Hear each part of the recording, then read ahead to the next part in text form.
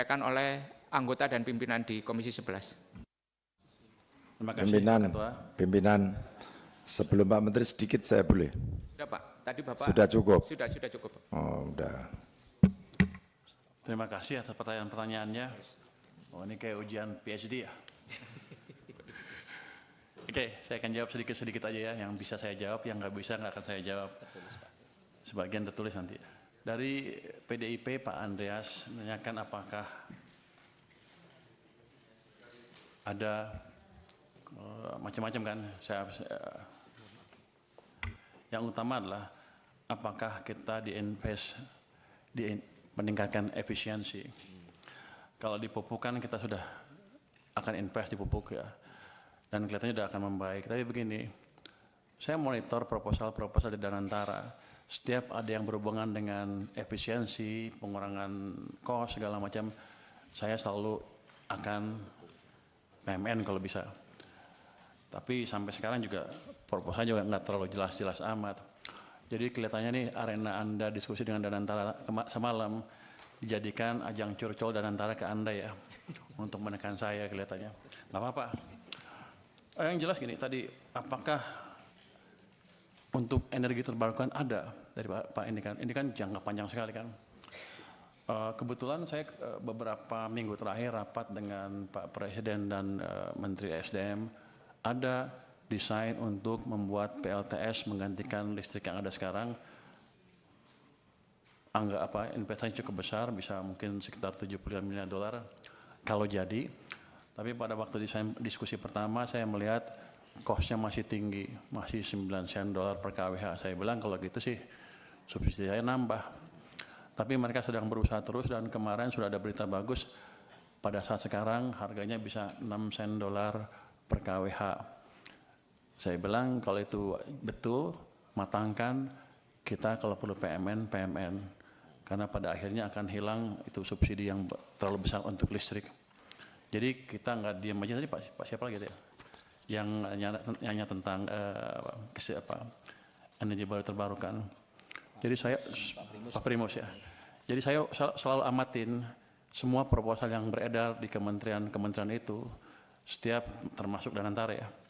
Setiap ada yang bisa mengurangi biaya, kami akan ini secepatnya. Tapi kelemahan yang utama memang saya sadari juga di sini waktu ini saya kan baru minggu ketiga ya. Yang nggak tahu semuanya sekaligus kan. Tapi saya tahu bahwa ketika mereka bilang ke saya, subsidi ditendang ke tahun depan pembayarannya. Maksudnya? Kompensasi Pak. Kalau subsidi kita bayar ya, yang kompensasi kita tendang ke tahun berikutnya. Maksudnya apa? Ada proses yang lama, ini itu. Kan saya juga pernah di private sector kan. Saya ngerti juga itu cost of capital untuk perusahaannya jadi tinggi. Tapi saya baru lihat beberapa, 1 minggu terakhir lah. Ke depan saya akan percepat. Jangan sampai kita telat bayar lagi. Kalau bisa sebulan langsung bayar. Kenapa? Karena uang saya juga nganggur di BI itu. Kalau gitu kan masuk ke sistem cepat, mestinya Danantara harusnya lebih cerdas lagi. Kalau ketika mood saya seperti itu, langsung dia ngadap saya, minta apa. Ini kan enggak, dia ngadap Anda langsung kan, bapak-bapak, ibu-ibu. Padahal sama saya, teman, saya pengawas Danantara, awas besok. Kenapa mereka nggak ke saya? Lah ini kan penting Pak Menteri, ini jadi paten ini bagus gitu, ini bagus saya pikir koreksi seperti ini. Tapi yang saya dia udah tahu saya punya uang banyak, saya baru taruh cuma 200, masih ada 250 lagi di sana. Kenapa dia nggak ke saya? Jadi pada dasarnya begitu masuk akal, kita akan ini secepatnya. Kita akan review proses yang tadi 3 bulan tadi, kelamaan menurut saya juga, yang memastikan bahwa program PSO kami tidak mengganggu cash flow dari perusahaan Pertamina dan PLN dan lain-lain. Tapi nanti saya lihat, kalau nggak untung juga awas. Kalau udah costnya diturunkan, jangan main-main mereka. Tapi yang tadi saya janji akan betulnya tadi proses di sini kita akan percepat. Berapa lama bisa betulin? Dulu itu setahun sekali Pak. Ya jangan setahun sekali lah. Dulu itu setahun sekali udah kita 3 bulan. Yang nentuin siapa? Kita perpres.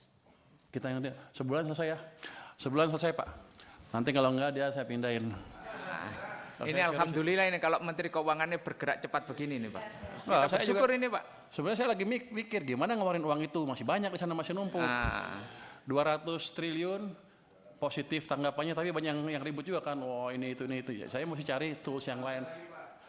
Jadi kalau tambah lagi. Daripada uang kita numpuk di sana, utangnya bunganya dibayar, impactnya ke ekonominya kurang. Saya nunggu sebenarnya penyaluran yang cepat apa. Makanya saya sisirkan tuh kementerian-kementerian. Saya ancam yang nggak bisa sampai Oktober nanti kalau Anda nggak bisa propose dengan clear seperti apa sampai akhir tahun, saya ambil uangnya. Nah kalau Danantara punya tagihan seperti ya langsung ngadap saya harusnya. Nanti saya tanya kalau rapat saya sebagai apa? Pengawas Danantara. Awas ya kan. Terus tentang apa tepat sasaran apa enggak? Oh, satu lagi. Subsidi energi naik terus dari tahun ke tahun. Energinya kan, kalau itu utamanya BBM kan. BBM itu solar, diesel, itu impor. Banyak impor Pak. Kita banyak impornya sampai puluhan miliar dolar setahun.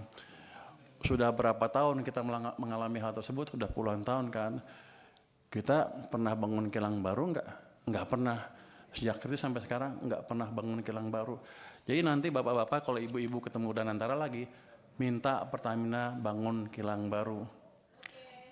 Saya pernah, waktu saya di Maritim, saya pernah tekan mereka tahun 2018 untuk bangun kilang.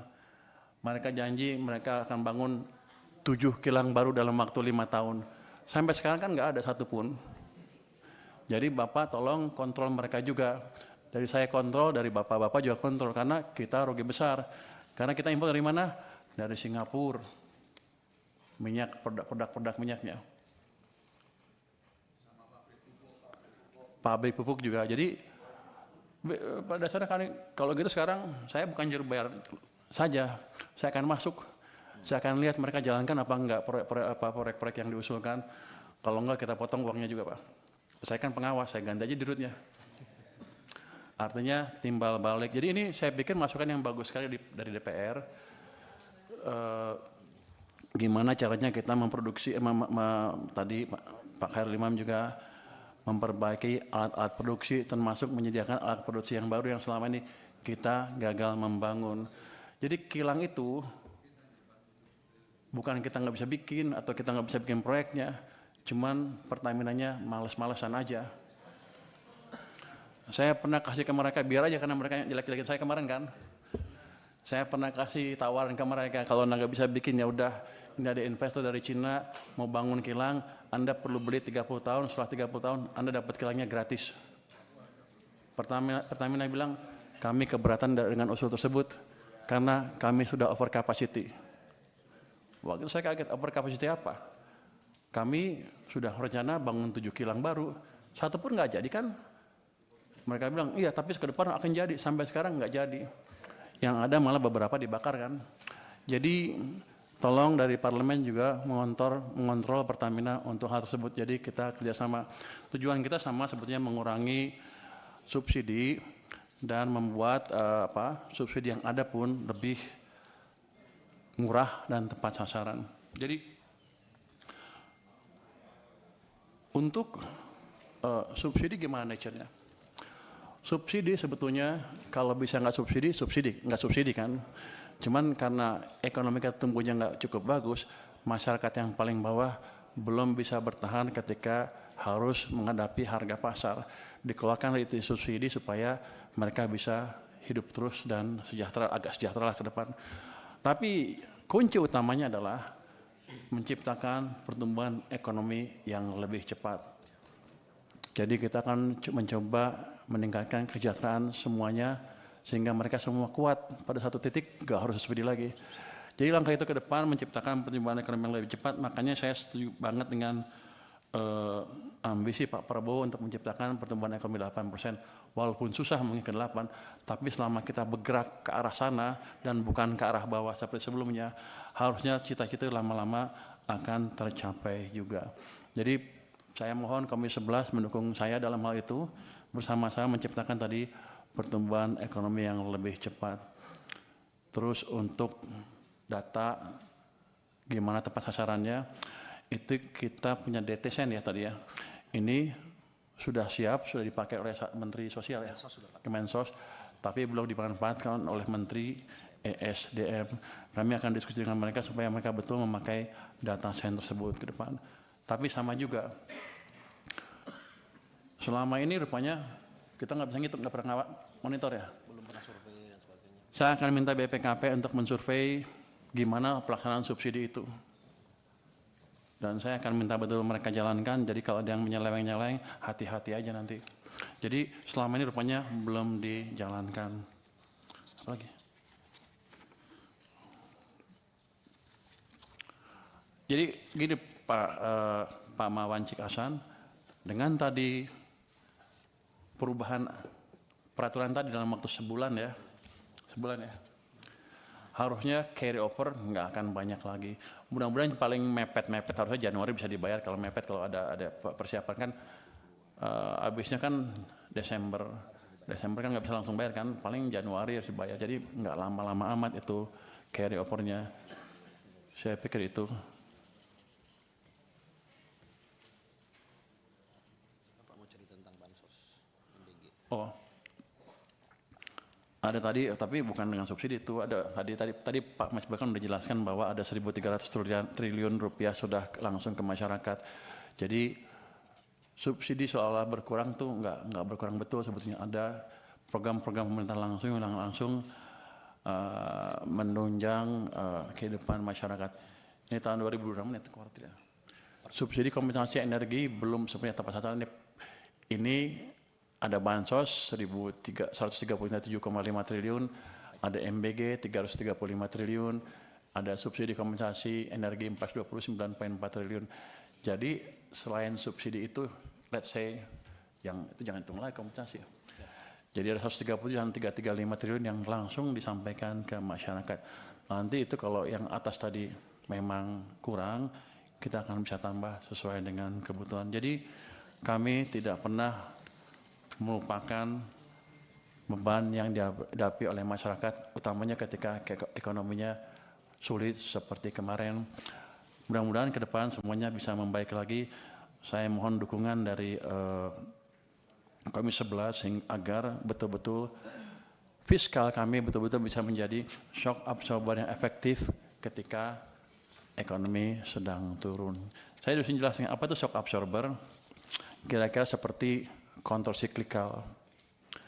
Kalau ekonomi lagi bagus ya mungkin masyarakat punya uang banyak yang nggak apa-apa, belanja sendiri. Tapi kalau ekonomi sedang turun, pasti kan banyak pengangguran.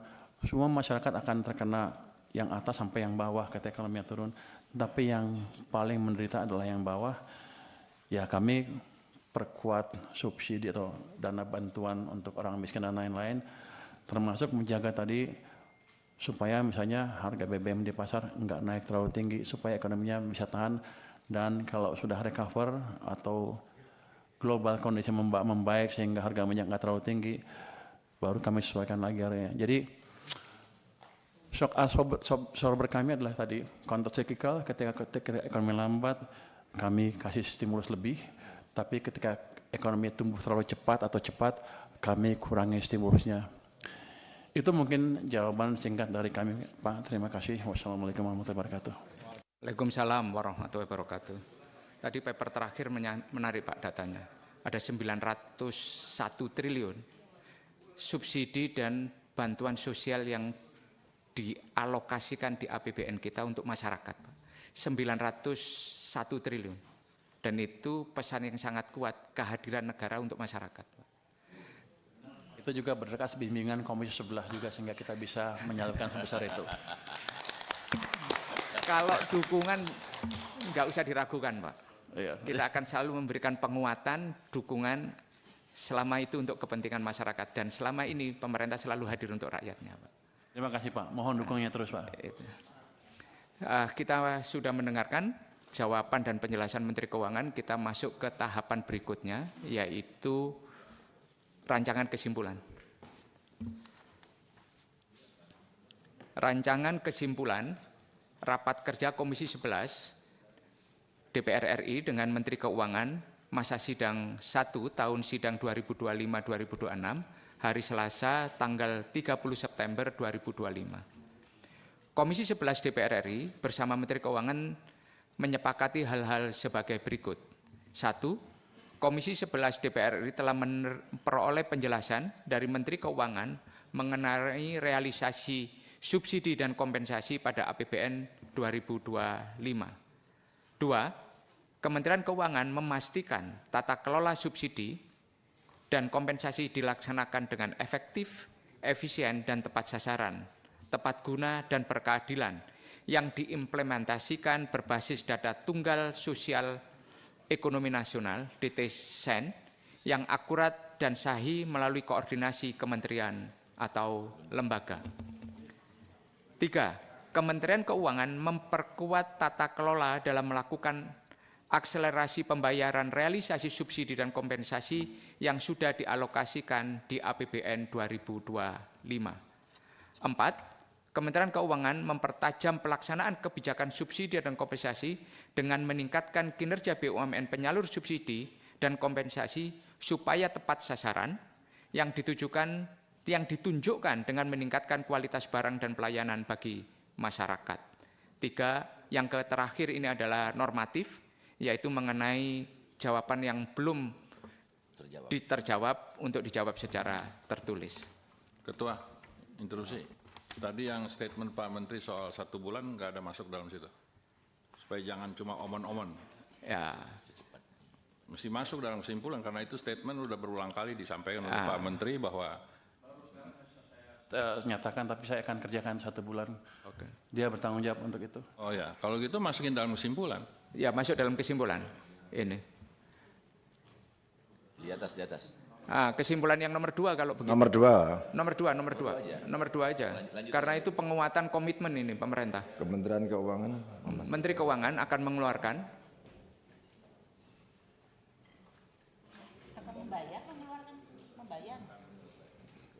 menyelesaikan kewajiban pembayaran. Kewajiban pembayaran subsidi maksimal 1 bulan. Akan merubah prosesnya sehingga ke depan tidak akan lagi terlambatan, itu maksudnya, bukan bayar 1 bulan ini. Itu selesai. Nanti saya lihat dulu bayar seperti apa tagihan mereka. Jadi yang dimaksud 1 bulan ini apa sama Pak Menteri? Review prosesnya biar lebih cepat. Yang proses 3 menteri itu segala macam kita akan review. Biar secepat dalam sebulan itu selesai. Menteri Keuangan akan melakukan review mekanisme aturan rapat 3 menteri mengenai pencairan